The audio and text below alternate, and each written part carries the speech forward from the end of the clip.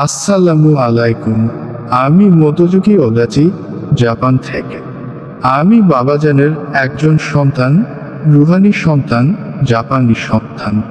পবিত্র অরশ শরীফের দাওয়াত দেওয়ার জন্য বাবাজানের প্রতি কৃতজ্ঞতা প্রকাশ করছি। ওরশ শরীফ, এখানে এসে আমাদের হৃদয়ে এক শান্তিপূর্ণ ও অপূর্ব অনুভূতি যাচ্ছে।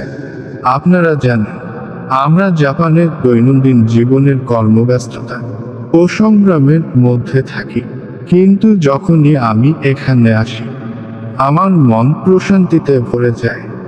বিশেষ করে যখন বাবাজানের সাথে দেখা হয় এবং তার চেহারা দেখি। আপনাদের ধন্যবাদ। আমরা জাপান ও বাংলাদেশের মধ্যে সুসম্পর্ক গড়ে তুলতে আমাদের প্রচেষ্টা চালিয়ে যেতে চাই এবং বিশ্বশান্তির জন্য কাজ করতে চাই। আপনাদের আবারও ধন্যবাদ।